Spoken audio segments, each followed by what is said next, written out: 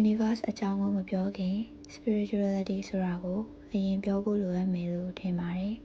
။ spiritual လမ်းစဉ်ဆိုတာယုံကြည်ကိုးကွယ်ရာဘာသာတရားတစ်ခုမဟုတ်ပါဘူး။အမှန်တရားတစ်ခုကိုကိုယ်တိုင်ရှာဖွေလေ့လာတဲ့လမ်းစဉ်မိမိကိုယ်ကိုပြန်ရှာဖွေရတဲ့လမ်းစဉ်စိတ်အတွင်းငြိမ်းချမ်းမှုကိုရှာဖွေတဲ့လမ်းစဉ်လူသားဆန်မှု humanity ကိုဦးတည်တဲ့လမ်းစဉ်ပဲဖြစ်ပါတယ်။တစုံတစ်ယောက်ကပြောတာကိုပြောတဲ့အတိုင်းလိုက်လုပ်တာထက် spirituality မှာတော့ကိုယ်တိုင်လုပ်ပြီးမှရလာတဲ့အတွေ့အကြုံတွေသင်ခန်းစာတွေကိုပို့ပြီးယုံကြည်အားကိုးကြပါတယ်။အဲ့ဒီလမ်းအတိုင်းလျှောက်လန်းတာမျိုးဖြစ်ပါတယ်။ spirituality မှာလွတ်မြောက်မှုကိုဦးစားပေးတဲ့စိတ်အတွင်းငြိမ်းချမ်းမှု inner peace and joy ကိုအခြေခံထားတဲ့ပန်းတိုင်ကိုလမ်းကြောင်းတစ်ခုတည်းကနေသွားနေရမှာမဟုတ်ပဲလမ်းတွေအများကြီးကနေခွဲပြားထွက်ပြီးသွားနိုင်တယ်။အရာရာကိုလက်ခံနိုင်တဲ့ open minded နှလုံးသားကိုဖွင့်ထားတဲ့စိတ်မျိုးရှိတယ်။ဆုတောင်းလို့ရတယ်ဆိုတာ spiritual path မှာမရှိဘူး။ကိုလိုချင်တာကိုဖြစ်ချင်တာတွေအတွက်ကိုယ်တိုင်ပဲဖန်တီးတည်ဆောက်ယူရမယ်လို့ယုံကြည်မှုရှိတယ်။ဘယ်သူမဆို spiritual လမ်းကိုလျှောက်လန်းနိုင်ပါတယ်။ universe ဆိုတာကိုတော့ God လို့လည်းတင်စားပြောဆိုကြတာရှိတယ်။ဒါပေမဲ့ universe ဟာကိုလိုချင်တဲ့အရာရာတိုင်းကိုဖန်တီးပေးနိုင်တဲ့ဖန်ဆင်းရှင်တော့မဟုတ်ဘူး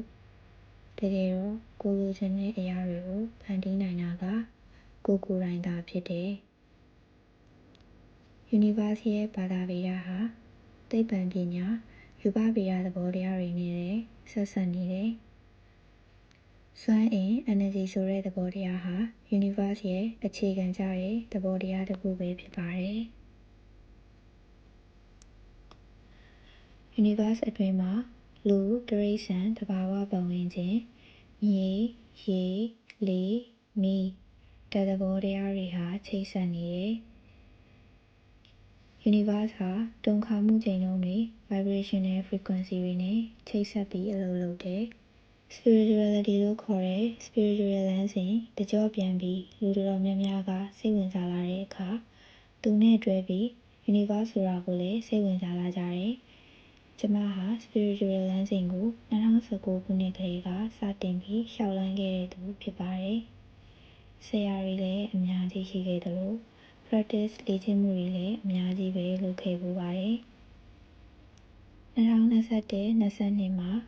ကျမ spirituality energy နဲ့ပတ်သက်တဲ့အကြောင်းတွေစရေးဖြစ်ခဲ့ပါတယ်။ energy works တွေလည်းလုပ်ဖြစ်ခဲ့ပါတယ်။အခုအချိန်ထိလည်းနေ့စဉ်မပြတ်လုပ်နေတုန်းပဲဖြစ်ပါတယ်။ spiritual လမ်းစဉ်ကိုလျှောက်လန်းနေဆိုတာကိုးကွယ်ယုံကြည်ရာဘာသာမရှိတဲ့ဘာသာမဲ့ဖြစ်သွားတာမျိုးမဟုတ်ပဲမိမိယုံကြည်တဲ့ဘာသာတရားရဲ့စစ်မှန်တဲ့အနှစ်သာရတွေကိုနည်းနည်းနားလည်သဘောပေါက်လာတာဖြစ်ပါတယ်။ကျမဟာဗုဒ္ဓဘာသာဝင်တစ်ယောက်ဖြစ်ပါတယ်။ spiritual လမ်းကိုလျှောက်လန်းတဲ့အခါမှာမိမိယုံကြည်ကိုးကွယ်တဲ့ဘာသာတရားအပေါ်မှာပိုပြီးတန်ဖိုးထားတတ်လာတယ်။ဒီလိုပဲတခြားဘာသာတွေရဲ့ကောင်းမွန်တဲ့အဆုံးအမတွေအလေးအကျင့်တွေကိုလည်းပိုပြီးနားလည်လက်ခံတတ်လာတယ်။လေးစားတတ်လာတယ်။အနန္တဆိုတဲ့သဘောကို universal ရှုထောင့်ကနေနားလည်လာတယ်။ဒါကိုအမြင်ကျယ်သွားတယ်လို့ပြောလို့ရပါတယ်။အရာရာမှာမေတ္တာဂရုဏာမုဒိတာဥပေက္ခဆိုတဲ့ဗြဟ္မစိုရတရား၄ပါးနဲ့ချိန်ပြီးအများအတွက်လည်းစဉ်းစားတတ်လာတယ်။ quality of mind အဆင့်တစ်ခုမြင့်လာတယ်လို့လည်းပြောလို့ရတာဖြစ်ပါတယ်။ဒီစာအုပ်ထဲမှာအာယုံသိစိတ်မြေပုံလို့ခေါ်တဲ့ consciousness map ကိုဗဟိုပြုပြီးပြောထားတာတွေများတယ်။ကျမကိုယ်တိုင်ဒီ map လေးကို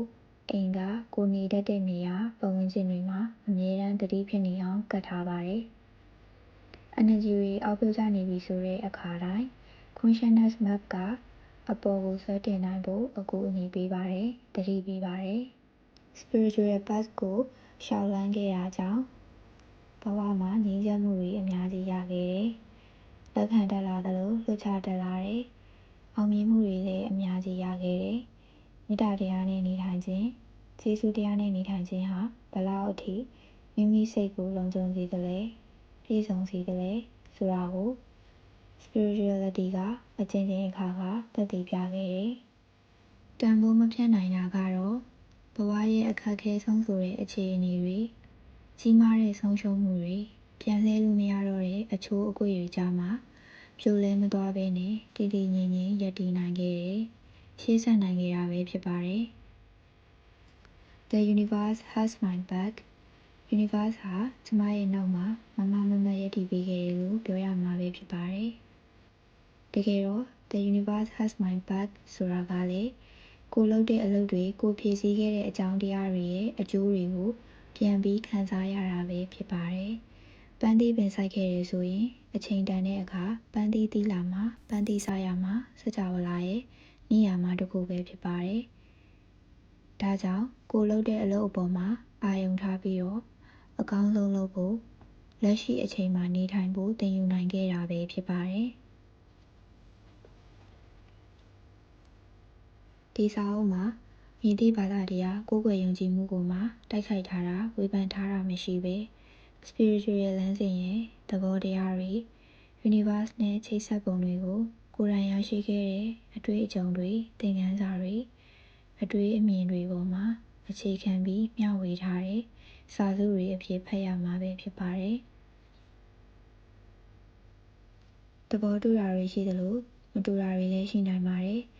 ဒီစာအုပ်ကလူတိုင်းအတွက်တော့ဖြစ်နိုင်မှာမဟုတ်ပါဘူးအင်္ဂလိပ်စကားလုံးတွေအများကြီးပါနေပေမယ့်စကားလုံးတွေဖောင်းပွမှာဆိုတာကြောင့်တစ်လုံးချင်းစီဘာသာမပြန်ထားပါဘူးဆက်စာကြောင်းတွေမှာဆိုလိုရင်းသဘောတွေကိုဖတ်ရှုနိုင်တာကြောင့်အခက်အခဲမရှိဖတ်နိုင်မယ်လို့ယုံကြည်ပါတယ်ဒီစာအုပ်လက်ထဲမှာရှိနေပြီဆိုရင်တော့သင်ဟာ spirituality ကိုစိတ်ဝင်စားတဲ့သူဒီထက်နည်းနည်းပိုပြောရရင်တော့ spiritual လမ်းကိုရှောက်လန်းနေတဲ့သူလည်းဖြစ်နိုင်ပါတယ်အဆုံးအထိဖတ်ပြီးပြီဆိုရင်တော့ကိုဟာဘယ်လောက်အထိ spiritual ဖြစ်တယ်လဲ inner voice တွေနဲ့အတူကိုယ့်အတွင်းရဲ့ဘယ်လောက်အထိကိုနက်နက်ရှိုင်းသွားနိုင်ပြီလဲဖြစ်လာတဲ့ပြဿနာတိုင်းရဲ့အဖြေကိုဘယ်လောက်အထိအတွင်းထဲမှာရှာဖွေတတ်ပြီလဲကောင်းမွန်တဲ့ positive energy တွေကိုဘယ်လောက်အထိကိုယ်နဲ့ကိုယ်ပတ်ဝန်းကျင်မှာထုတ်လွှင့်ပြန့်နှံ့စေခဲ့ပြီလဲကိုရည်ရွယ်ထားတဲ့ပန်းတိုင်ကိုရောက်ဖို့ဘာတွေကိုဆက်ပြီးဖြည့်ဆည်းရအောင်မလဲဆိုတာကိုဆက်လက်ရှာဖွေဖို့ပဲဖြစ်ပါတယ်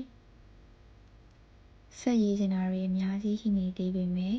စာမျက်နှာအရေအတွက်ကိုကြည့်ရတာကြောင့်စာစု55ပုဒ်စာမျက်နှာ250ကျော်နဲ့ပဲဒီစာအုပ်ကိုနားလိုက်ပါတယ်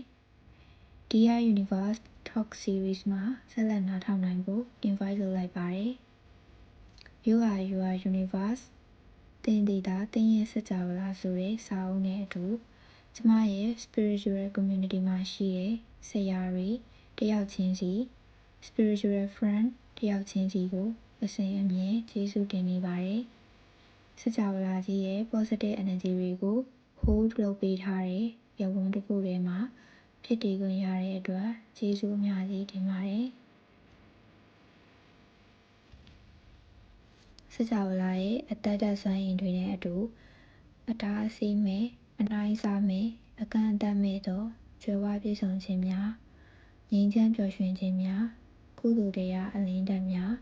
တစ်ဦးချင်းတစ်ယောက်ချင်းစီထံသို့ရောက်ရှိကြပါစေလို့ဆုတောင်းမေတ္တာပို့သလိုက်ရပါတယ်